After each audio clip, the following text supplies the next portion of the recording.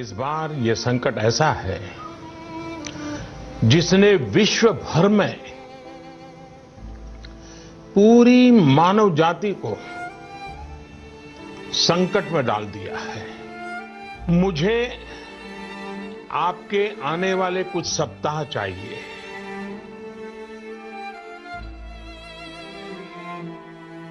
मिस्त्री थे तो आप नोएडा में क्यों नहीं रुक गए? कहाँ रुके सर, मकान मालिक रुकने नहीं दे रहे हैं, क्या करें। अच्छा, क्या बोल रहे हैं मकान मालिक? मकान मालिक ये बोल रहे हैं किराया चढ़ेगा आप पे। कब हाँ। तक किराया चढ़ाएंगे, काम 1 महीने बंद है। अच्छा, और खाना पीना का क्या है? बच्चों के लिए दूध वगैरह कुछ भी नहीं है जी, सब भूखे यहाँ पर क्या करेंगे।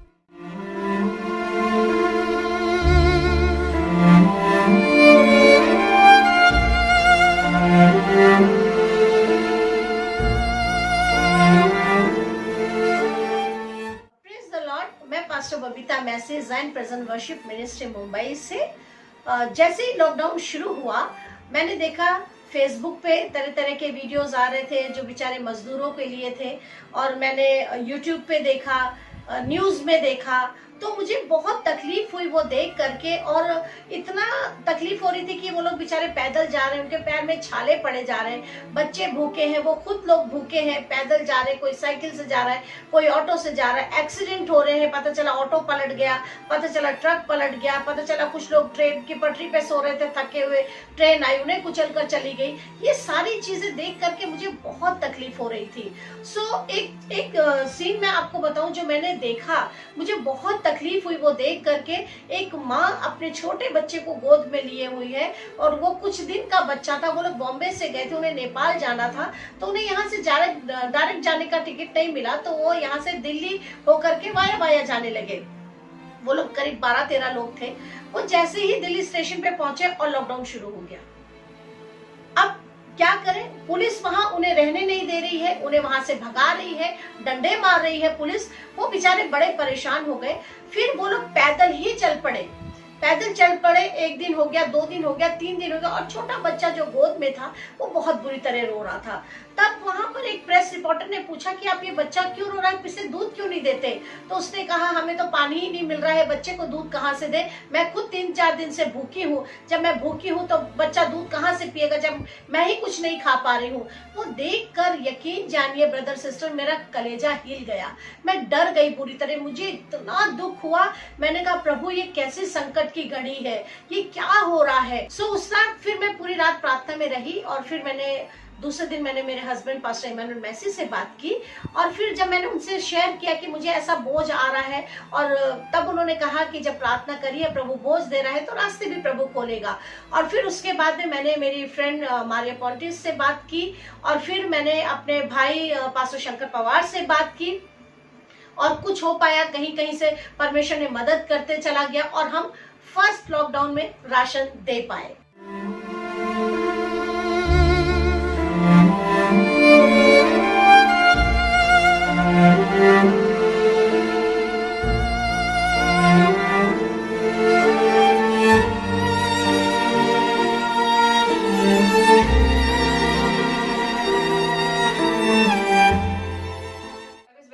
When Babita came and shared with me that she wanted to do something to help the people during this time of lockdown, especially the daily wages workers, and that something struck me very much. And I also wanted to do something but didn't know how. So when she approached, my thoughts, my ideas, my heart clicked very quickly, and I said why not. So I was fortunate enough. Our society office was available where we stored the grains. That is something that the society contributed. And as far as the funds were concerned, I was wondering how I would do it. But I approached my family, friends, relatives, neighbors, and whichever friend circle that I had. And the kind of response I got, and the people that I never thought of came and contributed. So that was very touching for me. And when this really happened, finally, we saw the day the distribution happened of the food grains. I could see the smile on the face of these people, and that was the biggest satisfaction and contribution which I felt I gave along with all of those who supported me. So I would like to say thank you very especially to Babita for making me available to do this work for her and the church and the people. Thank you.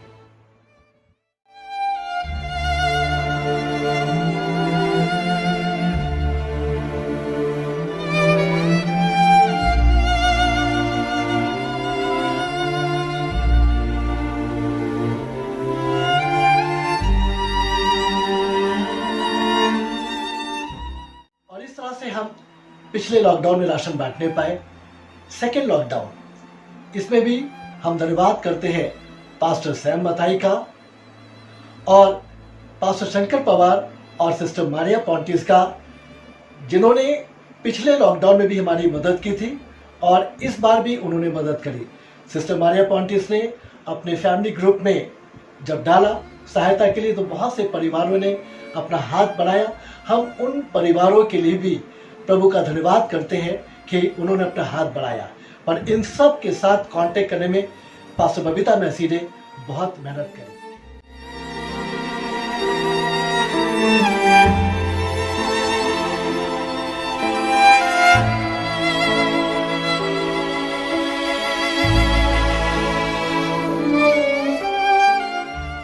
और मैं धन्यवाद करती हूँ भाई नीरज चरण का, भाई राजेश प्रसाद का। जब कन्वेंस नहीं था लोगों के पास आने के लिए तो इन लोगों ने अपनी गाड़ियों से जा के लोगों के घर तक राशन पहुंचाया।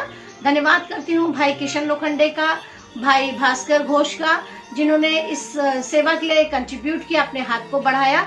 So thank you all, God bless you. हम सेकेंड लॉकडाउन में राशन दे पाए और एकाएक ही जब थर्ड शुरू हुआ तो राशन का तो इंतजाम परमेश्वर कर ही रहा था और एक और मेरे दिल में बोझ आया कि हमें खाना भी देना है। अब खाना देना है, 200 लोगों को देना है, कैसे बनाए? इतने सारे लोग एक जगह इकट्ठा हो नहीं सकते, गैदरिंग मना की गई है और एक दूसरे की सुरक्षा भी करनी है। सो मेरे मन में बात आई तो मैंने मेरी छोटी बहन पूनम से बात की, मेरी बड़ी भाभी शालिनी से बात की, मेरी छोटी भाभी पूजा से बात की और मैंने वो लोगों को 3-4 किलो आटा एक एक परिवार में और एक एक पैकेट तेल मैंने भिजवा दिया। अब वहां से मैंने कहा तुम लोग अपने अपने घरों से पूड़ी बना के लेके आना और मैंने मेरे घर से पूड़ी बनाई और ढेर सारी आलू की सब्जी, करीब 14-15 किलो आलू की सूखी सब्जी वो मैंने मेरे घर में बनाई। इस तरह से हमने सब्जी बनाई ली, पूरी आलू की सब्जी, सूखी सब्जी वो बनाई।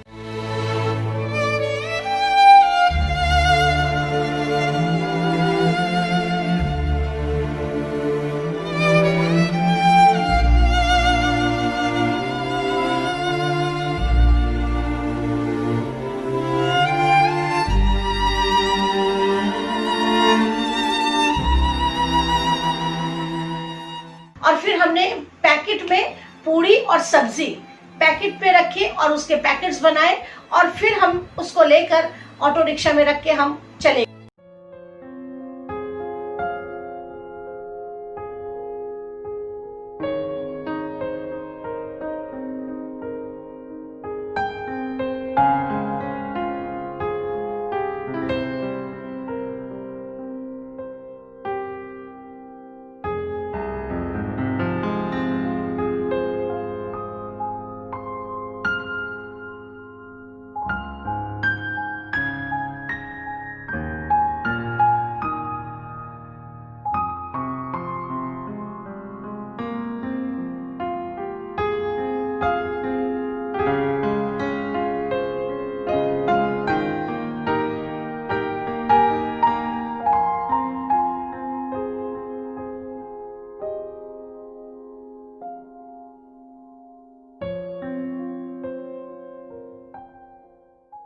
जब हम वहां पर पहुंचे खाना लेकर, भोजन लेकर, और वहां पर जब हमने वो माहौल देखा, मन अंदर से इतना दुखी हुआ, टूट गया मन, और वो मन इतना उदास हो गया वहां पर जब हम पहुंचे। और वहां पर जब हम लोगों ने वहां जाकर लोगों से बात की तो पता चला कभी कभी कोई एनजीओ के लोग आते हैं और उन्हें आकर खिचड़ी देकर जाते हैं। वो लोग खिचड़ी बर्तन में ले तो लेते हैं और बच्चों के शरीर पे कपड़े भी नहीं थे। आप सोचिए, छोटे छोटे बच्चे जो ऐसे ही घूम रहे थे, मिट्टी में खेल रहे थे, और वहां पर जगह जगह गड्ढा था, बहुत सारी मिट्टी थी। और वो लोग कौन थे? जो बिल्डिंग बनाते हैं वहां के लेबर लोग। उनके बच्चे, उनका परिवार जो झोपड़ियां बनाकर रहते हैं वहां पर। सो जब वहां पर मैंने उस हालात को देखा और फिर उसके बाद जब हमने उन लोगों से बात की, तब पता चला कि वहां पर कभी कभी कोई एनजीओ आता है और वो आकर खिचड़ी देकर जाते हैं। वो लोग खिचड़ी एक बर्तन में ले लेते हैं, बच्चों को खिलाते हैं पेट भर के, खुद नहीं खाते हैं, क्योंकि अगर खुद खा लेंगे तो वो खत्म हो जाएगा। फिर वो अगले दिन के लिए रख देते हैं, बच्चों को अगले दिन खिलाएंगे। अब आप सोचिए, जब वो अगले दिन के लिए रख रहे हैं, उनके पास फ्रिज नहीं, उनके पास कोई ऐसी सुविधा नहीं है कि वो उसे बचा सके। अगले दिन भी ना वो खुद खा सके और ना ही बच्चों को खिला सके, क्योंकि इतनी गर्मी पड़ रही है, खाना तो खराब हो जाएगा।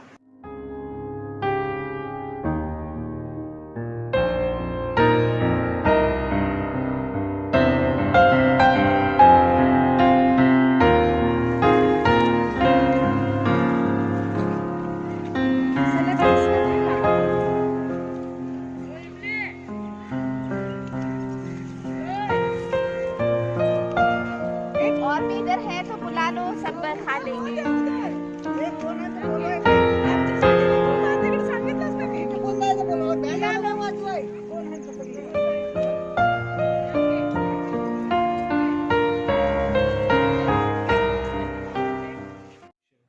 और हम धन्यवाद करते हैं भाई राजेश का और सिस्टर पूनम का। हमारे परिवार की पूरी टीम गई थी खाना देने के लिए, और हम प्रभु का धन्यवाद करते हैं कि जब हम खाना दे रहे थे तो भाई राजेश सभी के हाथों को सैनिटाइज करते, सैनिटाइजर लेके खड़े हुए थे। और उनसे हमें मालूम पड़ा कि जब वो लोगों के हाथों को सैनिटाइज कर रहे थे, उन लोगों के हाथों में मिट्टी लगी थी। और हमने वहाँ कुछ लोगों से बातें भी की, लेकिन कुछ लोग तो हमसे बातें करते करते रोने भी लगे।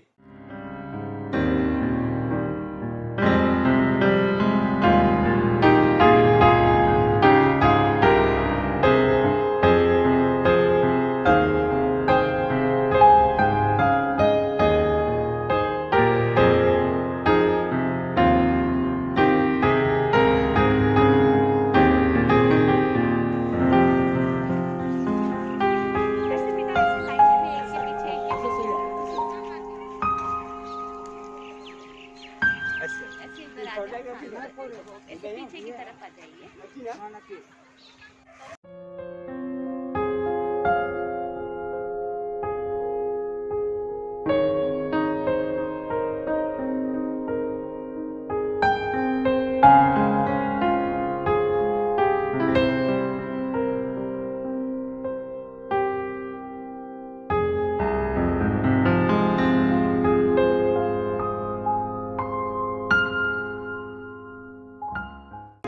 मुझे लगा कि मैं पूरी भाजी लेकर आऊँ। आपने खाया, टेस्ट लगा ना आपने? अच्छा लगा आपको? सो अगली बार हम कोशिश करेंगे कि आप लोग के लिए राशन प्रोवाइड करें, ताकि आप खुद बनाएं और खुद खाएं, आपके स्वाद के अनुसार ना। ठीक है। सो हमें पता नहीं था आज यहाँ पर कितने लोग हैं, तो हम अपने अंदाजे से बना कर लेकर आए। सो अगली बार हम और अच्छा कुछ करने की कोशिश करेंगे, ठीक है, और प्रार्थना भी करेंगे। आपका नाम क्या है भाई? मुन्ना के नाम से सब जाते हैं। मैं इलेक्ट्रिशियन हूँ। अच्छा, आप इलेक्ट्रिशियन है। ओके। आपका परिवार कितना है? 3 है। 3। अभी काम धंधा चल रहा है कुछ? नहीं, कुछ नहीं चल रहा है। नहीं। ठीक है। तो अभी आपको कैसा फील हो रहा है? अपने को ऐसा फील हो रहा है कि जैसा कोई आया देने के लिए, सरकार तो कुछ ने दिया नहीं। सरकार ने नहीं दिया? नहीं, सरकार ने कुछ नहीं दिया। जो दिया कोई अपने एनजीओ वाला है, कोई अपना क्रिश्चियन लोग है। हम लोग भी क्रिश्चियन हैं। आप लोग भी क्रिश्चियन है, सब लोग हेल्प किया, मगर सरकार ने कुछ नहीं हेल्प किया। रोइए नहीं, रोइए नहीं, रोइए नहीं, ये समय भी निकल जाएगा। सरकार ने कुछ नहीं हेल्प किया हमारा, क्योंकि हम लोग गरीब लोग मर रहे हैं इधर। हमारा फटाफट नौकरी है मैडम। हम लोग कोशिश करेंगे और अच्छा कुछ कर पाए। आज हम लोग ऐसे ही है, हमें अंदाजा नहीं था, लेकिन अगली बार हम कोशिश करेंगे कि आप लोग को हम राशन प्रोवाइड करें। नहीं, आप लोग जो जैसे सरकार ने कुछ नहीं दिया मेरे को, और इसने आपने जो किया बहुत अच्छा किया। प्रभु आशीष दे आपको। रोइए नहीं, आपको आशीर्वाद है, हमें सुखी रहो तुम लोग। थैंक यू भाई, हमको दिया और नसीब तुम्हारा।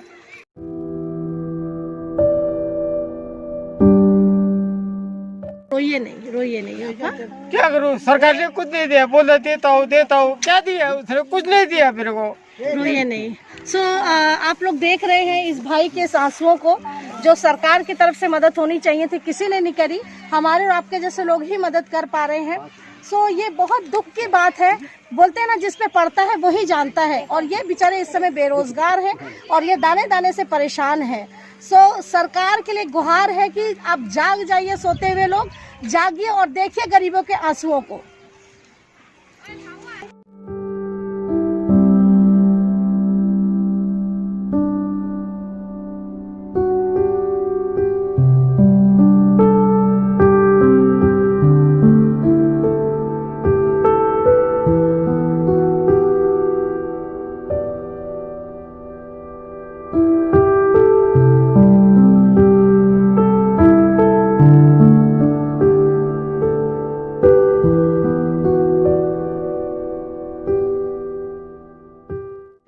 ब्रदर एंड सिस्टर, ये डॉक्यूमेंट्री फिल्म बनाने का हमारा ऐसा कोई मकसद नहीं है कि हम अपने नाम को ऊंचा कर रहे हैं या हम बहुत दिखाना चाहते हैं, जताना चाहते हैं कि देखो हमने बहुत सारा काम किया है। नहीं, हमने अभी तक कोई भी पोस्ट ना तो व्हाट्सएप पे करी है और ना ही हमने फेसबुक पे, ना ही इंस्टाग्राम पे हमने कहीं नहीं पोस्ट करी है। ये सिर्फ हम इसलिए बना रहे हैं ताकि जो लोग अभी भी सोए हुए हैं वो जागरूक हो जाएं। आप अपने आस पड़ोस में भी जाकर मदद कर सकते हैं जिन लोगों को जरूरत है, और अगर आप मदद कर रहे हैं, वेरी गुड, बहुत अच्छी बात है, गॉड ब्लेस यू ऑल। और अगर आप हमारे थ्रू करना चाहते हैं तो नीचे हमारा ईमेल आईडी आ रहा है, आप देख सकते हैं, आप वहां पर हमें मेल कर सकते हैं।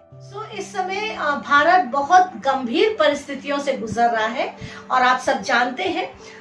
इस समय हम सबको एकजुट होना है कोरोना से लड़ने के लिए भी, और एकजुट होना है जो लोग इस समय जिन्हें मदद की जरूरत है उन सब की मदद करने के लिए भी। Thank you, God bless you all.